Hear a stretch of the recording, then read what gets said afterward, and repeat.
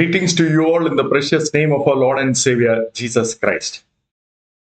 This is the first episode of a new series. This series is about responding to the Hindu critique of Christianity.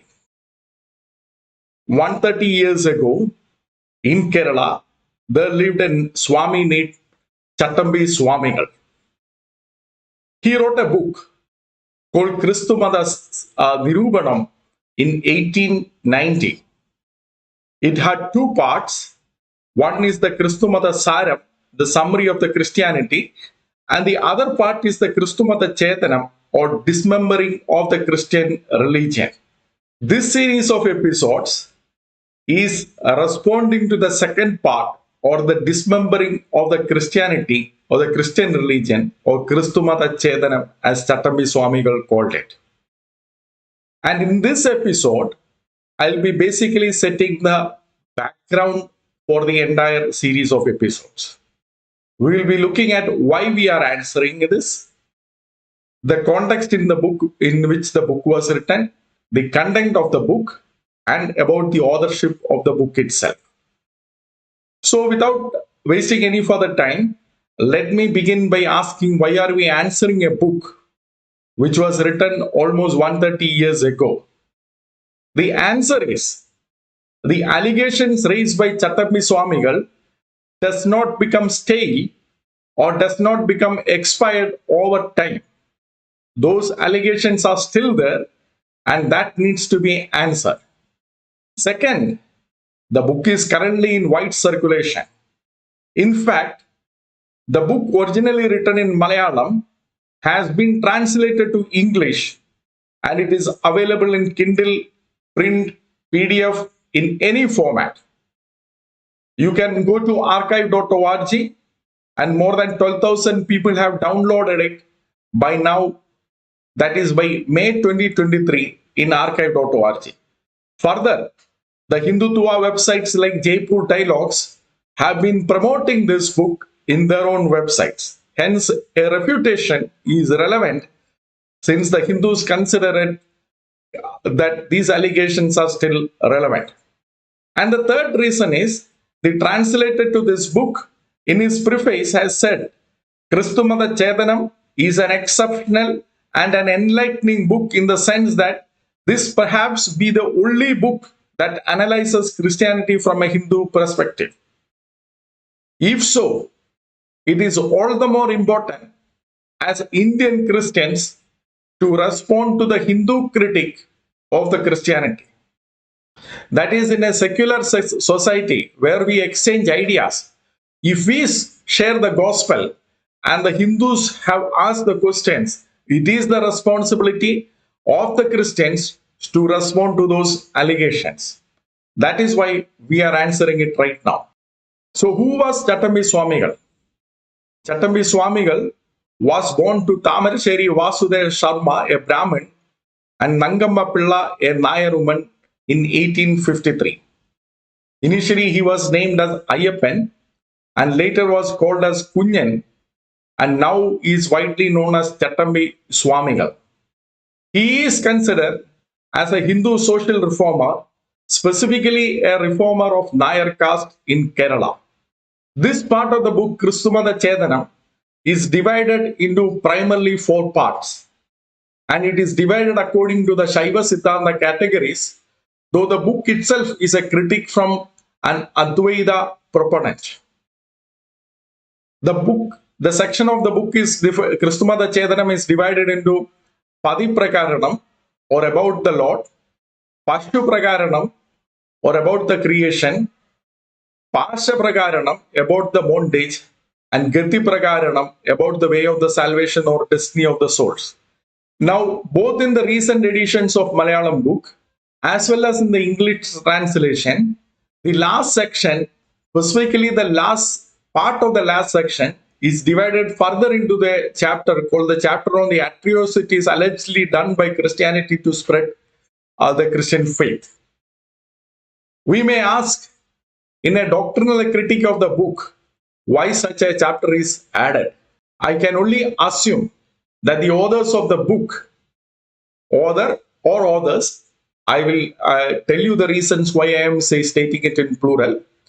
The authors of the book might have thought that if Christianity is devoid of any logic and reason, then the only way the Christianity could have spread in the entire earth is by violence, or at least that is the impression that they might want to leave it to the readers. And in this fourth section, majority of the critic is devoted to the biblical concept of God. Or if you calculate it by page number, about 63% is devoted to the critique of the biblical concept of God, God's perfection, God's character, about the life and divinity of Jesus, about the Holy Spirit, and about Holy Trinity. About 15% of the book is spent on the creation, and 2% of the book is spent on bondage, 10% of the book is spent on the destiny of the human beings, and 10% on the alleged atrocities by Christians. I would be primarily looking at the doctrinal aspects of the Christian faith and very briefly covering on the so-called atrocities. And when I say this will be a series of episodes, it might run into months. With each month, we are targeting at least 2 episodes. So this series might actually spill over to the next year as well. Now about the authorship.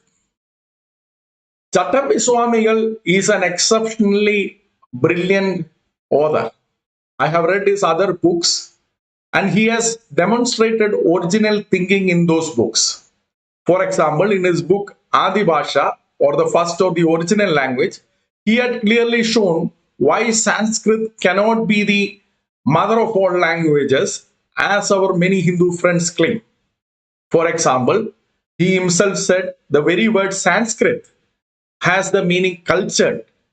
And from where it was cultured? It was cultured from the Prakrit languages of India. So it cannot be the mother of all languages. It is in fact the daughter of many languages.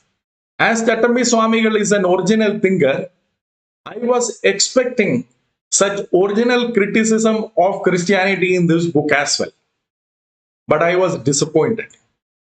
The book, when we read it, is more or less a recycling of the Western atheist and Western liberal critique of the Christian faith. Why was it so? I think one of the reasons is that this book is co-authored with Professor Sundaram Pillai.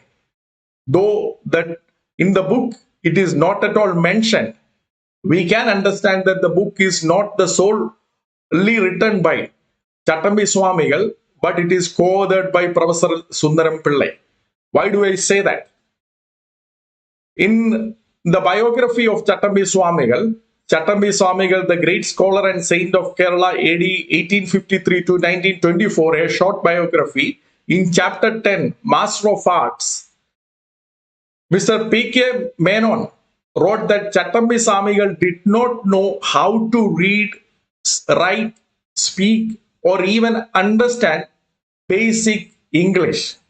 K.P. Menon writes in a different context, his ability to reproduce from memory what he had heard just once was tested by Uttedathu Narayana Menon. Swamiji did not know English. Narayana Menon read 12 lines from an English book. Swamiji reproduced correctly 7 lines, although they were no more than an unintelligible sounds to him when he was interrupted by the arrival of a guest. If English was like unintelligible sounds to Chattampi Swamikal, then the many references to English books in Chattampi Swamikal's book requires an explanation. Here, in the same biography, in chapter 4, Travels, K.P.K. Menon writes, it was about this time that he wrote his book, Kristumata Chedanam, a review of Christianity. His deep knowledge of the subject is evident to every reader. He had read and mastered a large number of books in order to write this work. In the study of books written in English, he was aided by his friend Professor Sundaram Pillai. The 21-page summing up of the essence of Christianity has received the unanimous plaudits of Christian priests. Though I do not agree with the last line, I agree that this book has a large contribution by Professor Sundaram Pillai. But I go further from what the biographer has said, that it was only to refer to the other books that Swamiji took the help of Professor Sundaram Pillai. It is not so. For example, the last chapter, which is the so-called atrocity is done by Christians against others. The book is the chapter, the arguments are reference to Gibeon's decline and fall of the Roman Empire, volume 2, volume 3, history of Inquisition by W.H. Root, Spanish Inquisition, students' history of England, etc. The entire chapter has only references to English text. And it was not merely that he took the help of the Professor Sundaram Pillai, but we must conclude that this entire chapter was written by Professor Sundaram Pillai. And not only that, the subjects such as Trinity, Life of Christ, there are several references to English books. However, it is not merely references. When one looks at those arguments are merely the recycling of the arguments that had appeared in the West. And now we know those very arguments, which was first proposed by atheists and the other liberals, were and are widely used by the Islamic Dawa critics. When one reads, for example, the questions on the divinity of Jesus Christ, that Jesus cursed the fig tree, cried on the cross, then Jesus was sorrowful. We are reminded of the several criticisms done by our Muslim friends. In fact, all those criticisms are answered, but it is important to answer them again in the Hindu context, and that is why we are doing it. However, the point is, these critics are not the original contribution of Chattampi Swamikal, but these critics are recycling of the critics done by the Western atheists. And these criticisms could not have been written by Chattampi Swamikal, and it could have only been written by Professor Sundaram Pillai. Now let me give a brief context about the context in which the book was written. Chattampi Swamikal, in the foreword to this book, he said, and I am reading it from the English translation, they are also enticing the people from castes like Chanar, Pulayar, Parayar, etc. by luring them with caps, clothes, etc. and are thus trying to convert them to Christianity and leading them to hell. Even after witnessing and hearing many such wicked actions, it won't be at all proper if we remain silent and do not make an effort to curb these activities. Due to this inaction on our part, our community has so far lost its 1/5 to the Christians, and the further loss is imminent. We know this accusation. This accusation is widely now called as the rise back Christians, that Christians are converting others by luring them. And that is the same accusation that Swamiji has raised. And the English translator, in the preface to the English translation, says this. This book was written by Chattampi Swamikal, the spiritual luminary from Kerala, at a time when the proselytization was at peaks in India, and the poor and the ignorant people of India were being lured by the mass-herding missionaries. It was written in an age when no Hindu dared to criticize Christianity publicly or even defend Hinduism. Both these charges are blatantly false and misleading.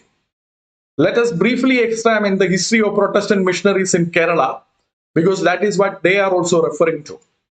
We would see that they neither induced anyone with material benefits to convert to Christianity, nor was it an age when no Hindu dared to critique Christian faith.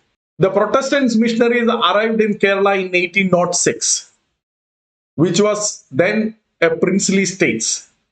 Soon after the arrival, missionaries focused on the liberation of the oppressed people in Kerala. Missionaries began English schools for every community. In Travancore State Manual, 1906, Volume 2, page 446, V. Nagamaya writes, the Protestant missionaries, though later arrivals in the field, were the first to introduce English education in the state. The originator of an English school in Travancore was Reverend William Tobias Ringletube, a native of Croatia and a man of great force of character. From 1806, when he came to Travancore, till 1816, he devoted his whole energy to evangelistic work. And wherever he went, he carried with the mission of an English educator. He was incessantly preaching and teaching, and he established many schools for poor children, Christian as well as non-Christian. Now, this is what Ringletube was doing in Kerala. By 1871, 1806 to 1871, if we take only Travancore and Kochi, Kerala, just to give a background, could have been divided into three parts at that time. One was the Travancore, one was the Kochi, and then we have the Calicut or the Malabar. The missionaries also arrived in all these three regions. So I am taking only the two regions. One is the Travancore or the Trivandrum or Thiruvananthapuram as we call it right now, and the regions of Kochi. If we take these two princely states, excluding Malabar, by 1871, missionaries had established around 262 schools across these two places. Were they forcing anybody to convert or were they luring anybody to convert? Not at all. Further, what do these people mean by when they say that they are giving rice, when they are giving dresses? What do they mean by that? We know that the majority of the Hindu women in Kerala, that is the Shudras and below Shudras in caste hierarchy, were not allowed to cover their breast. Missionaries, as soon as they arrived in Kerala, initially they first insisted on the women who converted from this caste to cover their upper part, which was objected by the Savarna Hindu men. Even if they became Christians, they were not allowed to cover their upper part. The missionaries insisted on covering that. And later, it spread like a wildfire for the entire Shudra community and below to cover their upper part of the body. The upper cloth movement in Kerala was the largest democratic movement in pre-independent India. And that movement, which had different parts, were under the leadership of the Christian missionaries, and they were the ones who initiated this movement. In the paper Upper Cloth Revolt in South Travancore, South Indian Conference 1980, Volume 1, Dr. S.S. Exer points out, the high caste threatened that the people going to attend the Christian worship and forced them to render William services. Their holy books were thrown on the streets or torn to pieces. Bible at that time was torn to pieces or thrown on the road. Christian women were flogged in bazaars for wearing the upper clothes, and their clothes were stripped publicly. The houses of the poor Christians at Attur, Pilippuram and other places were set fire to. In the newly opened Nayur mission station, the atrocities of Nayars went beyond limit. Those who sympathized with the oppressed were also persecuted. The life of Mead of the London Missionary Society was also threatened. The foreign missionary who came to Kerala, his life was threatened. For what? For supporting the women to cover their breast. As I said, Chattampi Swamikal was born in 1870, much after the women got the rights to cover their upper part. And I can only assume that the Chattampi Swamikal, when he accuses the Christian missionaries of giving them clothes and the food to allure them to Christianity, so-called allure to them to Christianity, he must be referring to the upper cloth movement, because that is the movement where the missionaries fought for the rights of the woman to cover their upper part. Now, this was not the only thing that the Christian missionaries did. Christian missionaries, when they came, they started educating, they fought for the woman to cover their upper parts. Not only that, there were a lot of slaves in Kerala. There were at least 5 lakh slaves by 1850 who could have been bought and sold in Kerala alone. Now, this was not merely a feature of Kerala alone. This was across India, but I am now speaking specifically about Kerala. And there were 5 lakh slaves. And it was the missionaries and missionaries alone, let me underline that, missionaries alone who fought for the liberation of the slaves across India, which includes the Kerala. In the social legislation of East India Company, public justice versus public instruction, Nancy Gardner Castle's rights. On one side of the 70-year debate were company officials, many of were senior ranks, who argued that slavery in India was uniquely entangled with Muslim and Hindu law and custom. These company servants were exponents of traditionalism, which guaranteed support for the immemorial custom against any government interference. On the other side were the evangelicals within and without the parliament, who, heady with the success of their campaigns against the African slave trade and slavery in the West Indies, turned their attention towards the East Indies, and they virtually forced the Board of Control to order the Court of Directors to demand, and in turn the Government of India to take legislative action against slavery in India. While the British officials and the East India Company officials, they sided with the Hindus and Muslims, they argued that it is a part of the Dharma Shastra, this is part of the Sharia, hence we should not interfere in it. It was the Christian missionaries and evangelical Christians who fought for the liberation of the slaves in India. And that is the reason you will not find it in any history books in India. Though it was a major event, you will not see it both with the history books that were written during the Congress time or the books that are now being produced by the Hindutva groups. You will not find this slavery liberation of India, because the Hindus had no contribution to the slave liberation in India. If there is no contribution by Savarna Hindus or the Hindus for a specific movement, the Hindu historians, whether they are of any ideology, whether they are Marxists, whether they are liberals, whether they are conservatives, nationalists, or you call them, they will not make a reference to those movements, because otherwise how can you miss the slave liberation of India, which was pioneered, championed, and done by the Christian missionaries. As I said, the Christian missionaries were attacked for these reasons. And these attacks continued even after all these things. The physical attacks, the insults continued even to the 20th century. In the book published Things as They Are, Mission Work in Southern India, chapter 3, we read Amy Wilson Carmichael writes, outside the road, she is speaking about her own experience. Outside in the road, a number of Hindus were standing. Some of them were his retainers and friends. I heard them as I passed through their midst. Who will fall into the pit of the Christian way? And they laughed, and the Brahmin laughed, as the filth of the world and offscouring of all things unto this day. When the missionaries walked through the roads, these Savarna Hindus insulted them, mocked them, sometimes physically attacked them, and at other times they even attacked their mission houses.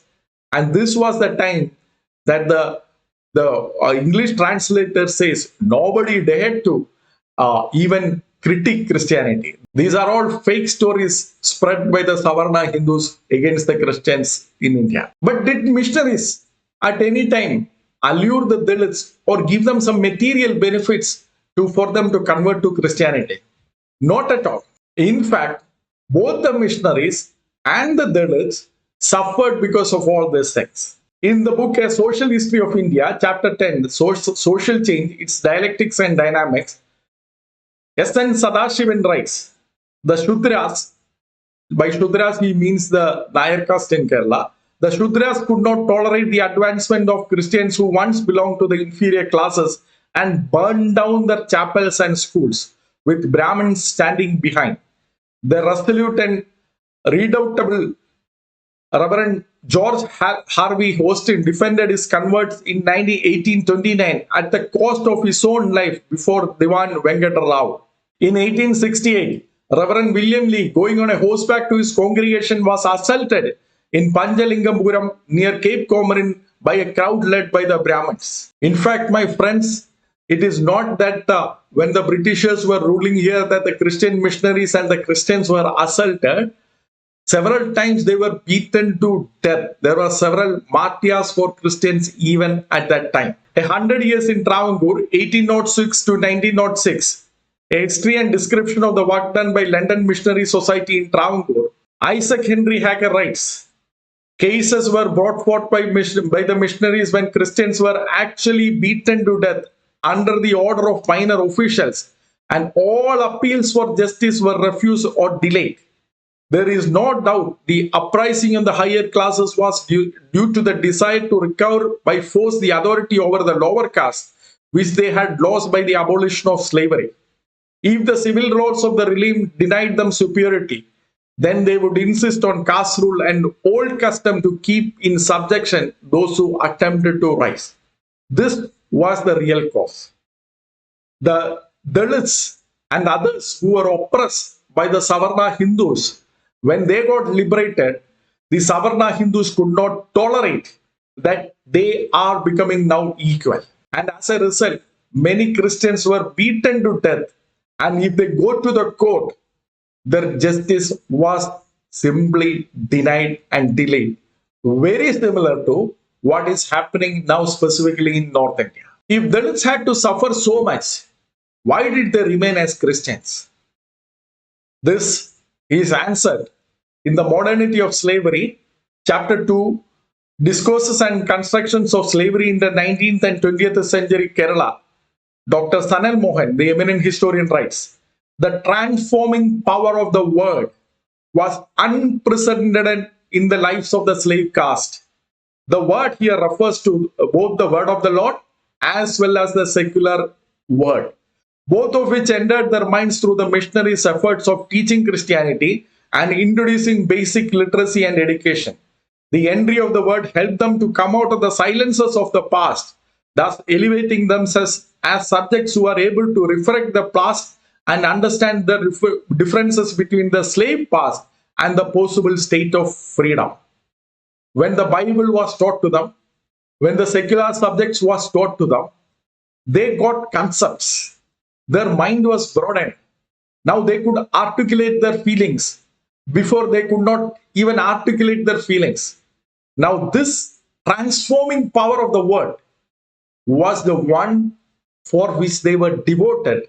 They understood that this Bible and the education can change their lives. So even at the cost of their own lives, they continued to remain as Christians. Now this was the context in which Chattampi Swamikal writes that the enticing people from castes like Channar, Pulayar, Parayar, by etc. by luring with them caps, clothes, etc. and are thus trying to convert them to Christianity and leading to them hell. What a biased, unfounded allegation against the Christian missionaries and the Christians. With these few words as a refutation to the preface, we will start the series on specifically answering the questions related to the Christian doctrines. I will be not only answering chapter by chapter on the accusations against the Christian faith, but I will also examine those topics in the light of the Hindu scriptures, specifically the Hindu darshanas such as Advaita, because Swamiji was a proponent of Advaita Siddhanta. With that, I conclude this first episode, which was to set the background and introduction to the coming series, specifically on answering the accusations against the Christian doctrines from the Hindu viewpoint. May God bless you, and shortly we will see again. Thank you.